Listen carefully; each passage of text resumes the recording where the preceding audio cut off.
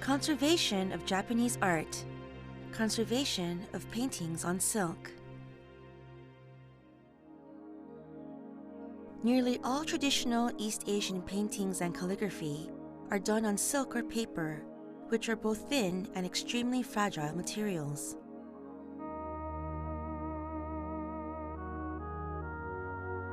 For support, such works are usually reinforced on the back, with linings made from several layers of pliable Japanese paper adhered with paste. These linings form part of the mountings that allow these works to be displayed. The most common form of mounting is the hanging scroll. Paintings mounted as hanging scrolls are susceptible to damage and deterioration over time, so they have to be remounted from time to time. Usually, this takes place about once every 100 years.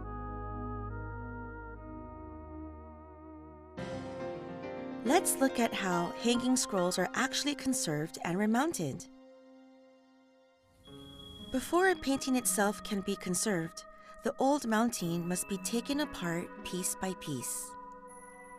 Next, the painting is conserved.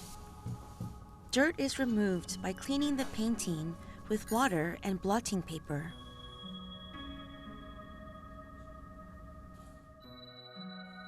Any vulnerable areas in which the pigments are damaged or lifting are consolidated with a solution of gelatinous animal skin glue called nikawa.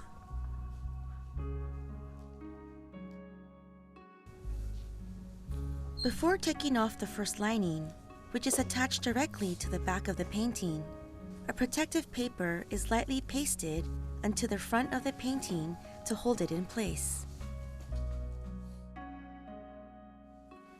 The first lining paper can then be removed from the back of the painting.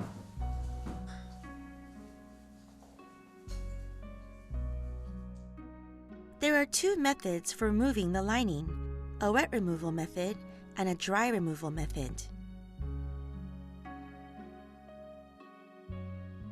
The method used historically was the wet removal method, in which the entire painting is moistened with water to soften the paste between the lining paper and the painting. This allows the lining to be quickly stripped off. The dry removal method is the one you have seen here. The front of the painting is protected beforehand, and moisture is applied a little at a time to loosen up the lining paper on the back and remove it gradually. This new method was developed in the 1980s. It is safer and especially appropriate for East Asian paintings with pigments applied to the reverse side of the silk. After the first lining paper is removed, silk that has been artificially degraded is used to make infills for areas of the painting where the silk is missing. When this job is complete, the protective paper on the front is carefully removed.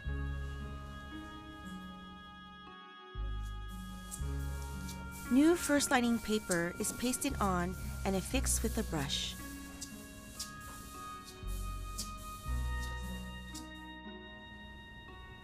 Another layer of lining paper is added on top of the first layer to further strengthen the mounting. Small strips of paper are applied to creased areas at risk of cracking. The new silk infills are hand-colored to blend in with the surrounding older silk. With this, the conservation of the painting is almost complete. Next, the decorative parts of the mounting are added.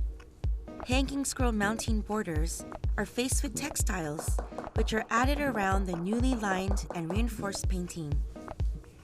These mounting fabrics serve both a visual function, framing the artwork, and a safeguarding function, since the border is protecting the painting while it is hanging or rolled up.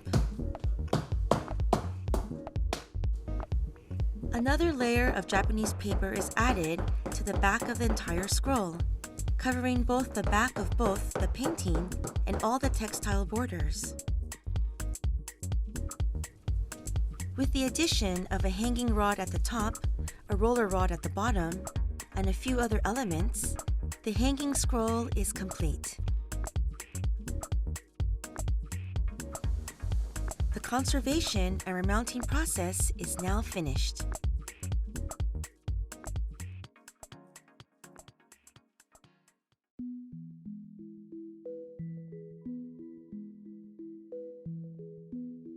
Some of the fabrics and fittings used in old mountings are extremely rare and valuable, so they are often repaired and reused.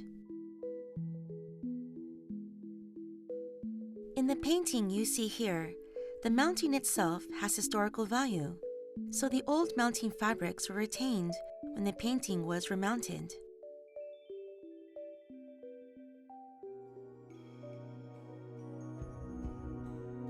The Conservation Center for Cultural Properties, on the premises of the Kyoto National Museum, is home to a number of highly specialized conservation studios that help repair and conserve cultural properties. Today, however, traditional conservation materials are becoming increasingly difficult to find.